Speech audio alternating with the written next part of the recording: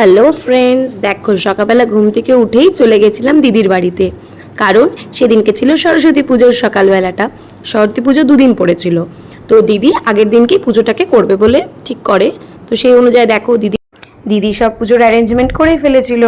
তো আমি গিয়ে দেখলাম সবই গুছিয়ে ফেলেছে, তো আমার কিছু করার ছিল না। আর তার মধ্যেই আমাদের কাকু চলে এসেছিল ঠাকুর পুজো করতে। আর দেখো দিদি কি সুন্দর সব হেল্প করে দিচ্ছিল যে পুজোর কি কি লাগবে সেগুলো, আর আমি পাশেই বসেছিলাম। আর ওদিকে সোনাক্ষী রেডি হচ্ছিল, আর এদিকে কাকু সব কিছু আগে থেকেই রেডি করে নিয়ে তারপর পুজোয় বসবে। আর দিদি যা যা প্রিপারেশন লাগে পুজোর জন্যে সেগুলো অলরেডি ও ভোরবেলা ঘুম থেকে উঠে অ্যারেঞ্জ করে রেখেই দিয়েছিল। তো আমার তো কোনো ডিউটি ছিল না, আমার শুধু ডিউটি ছিল অঞ্জলি দেওয়া। তো সেই অনুযায়ী আমি কি ওখানে বসে গেছি। এই দেখো ঠাকুরকে মালা পরিয়ে দিচ্ছে। তো সরস্বতী পুজো দুদিন ছিল যেহেতু, তো প্রথম দিনের ব্লগটা এইভাবেই আমি শেয়ার করব যে দিদির বাড়িতে পুজোটা আমি কিরম করে কাটিয়েছি। আর পরের ব্লগটা নিয়ে খুব তাড়াতাড়ি আবার তোমাদের সাথে শেয়ার করে দেবো। তো এই দেখো কাকু তো পুজোতে বসে গেছে, আর এদিকে আমি আর সোনাক্ষী কী করছি দেখো, দুজনে মিলে আমরা দুষ্টুমি করছিলাম, যেহেতু আমাদের কোনো কাজ ছিল না তাই। আর এদিকে দিদি সব পুজোর কাজগুলোকে করছিল। এখন ঘট বসিয়ে দেওয়া হবে, তো ঘট বসিয়ে দেওয়ার পরেই তো পুজো স্টার্ট হয়ে যায়। তো পুরো পুজোটাই তোমরা দেখো, তোমাদের সাথে শেয়ার করতেই থাকি আমি, তুমি জানোই।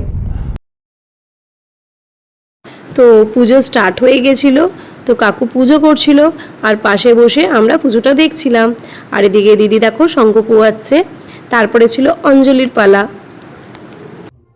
নম জয় জয় দেবী চরাচর সারে উচ্চ যুগ শোভিত মুক্তাহারে বিনা রঞ্জিত পুস্তকস্তে ভগবতী ভারতী দেবী নমস্তুতে সরস্বত্যম নমো নিত্যম ভক্তকালে নমো নম বেদ বেদান্ত বিদ্যাস্থানেব এবচ এষ সচন্দ্র পুষ্পবিল্ল পত্তাগ্রে শ্রী শ্রী মা সরস্বত্যায় নমঃ।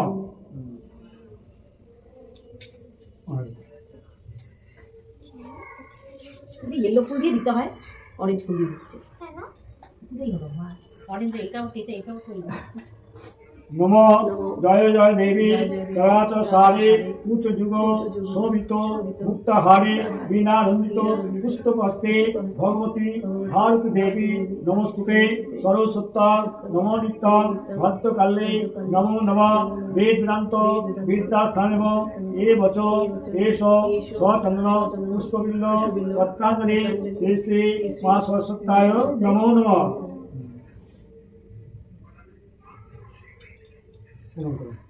নম মহাভাগে বিদ্যে কমলোচনে বিশ্বরূপে বিশালাক্ষী বিদ্যাং দেহি দেবী নমস্তুতে জয় জয় দেবী চরাচর সারে উচ্চ যুগ শোভিত মুক্তাহারে বিনা রঞ্জিত পুস্তকস্তে ভগবতে ভারতী দেবী নমস্তুতে।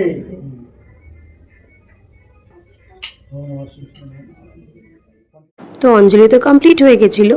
আর এই দেখো আমি আর সোনাক্ষী মিলে ফুল দিয়ে সুন্দর করে মায়ের চরণ বানিয়েছিলাম। আর তারপরে কাকু আরতি করে নেবে, তো আরতিটা তোমাদের সাথে একটু শেয়ার করে দিই, তো তোমরা দেখতে থাকো।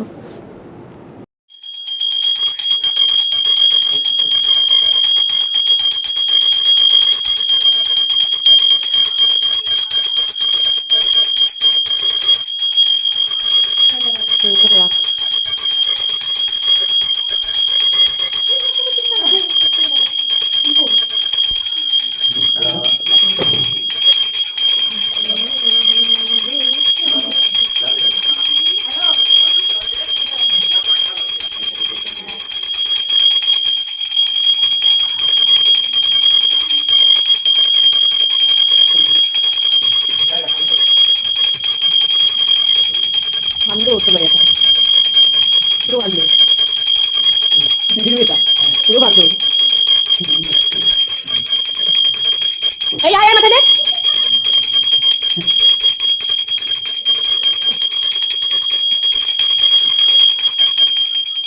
তো পুজো কমপ্লিট হয়ে গেছিল।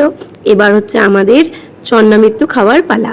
তো কাকু আমাদের প্রথমে শান্তির জল দিয়ে দেবে, তারপরে আমাদের দেবে চন্নমৃত্যু।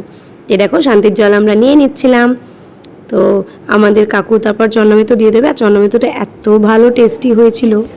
যে আমি দুবার করে চেয়ে নিয়েছি, এতটাই টেস্টি হয়েছিল। তো তারপরে তো একটু ঠাকুরকে ছেড়ে দিতে হবে, ঠাকুর একটু প্রসাদ গ্রহণ করে নেবে, তারপরে আমরা প্রসাদ গ্রহণ করব।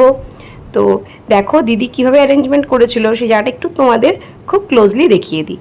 দেখো কত সুন্দর করে সুন্দর একটা প্রতিমা খুঁজে নিয়ে এসেছিলেন, এটা পছন্দ ছিল জামাইবাবুর। তো দেখো কত সুন্দর। তো এইভাবেই পুজোটা আমরা কমপ্লিট করেছিলাম। পুজো হয়ে যাওয়ার পরে দিদি শ্বশুরবাড়ির নিয়ম হচ্ছে জোড়া ইলিশ আনা সরস্বতী পুজোর দিনকে। তো সেই অনুযায়ী জামাইবাবুর সকালবেলা গিয়ে জোড়া ইলিশ নিয়ে এসেছিল, আর দিদি রান্নাবাড়ি সব রেডি করে ফেলেছিল, আর আমরা খেতেও বসে পড়েছিলাম। এই দেখো দিদি আমাদের খেতে দিয়ে দিদি লাস্টে খেয়েছে।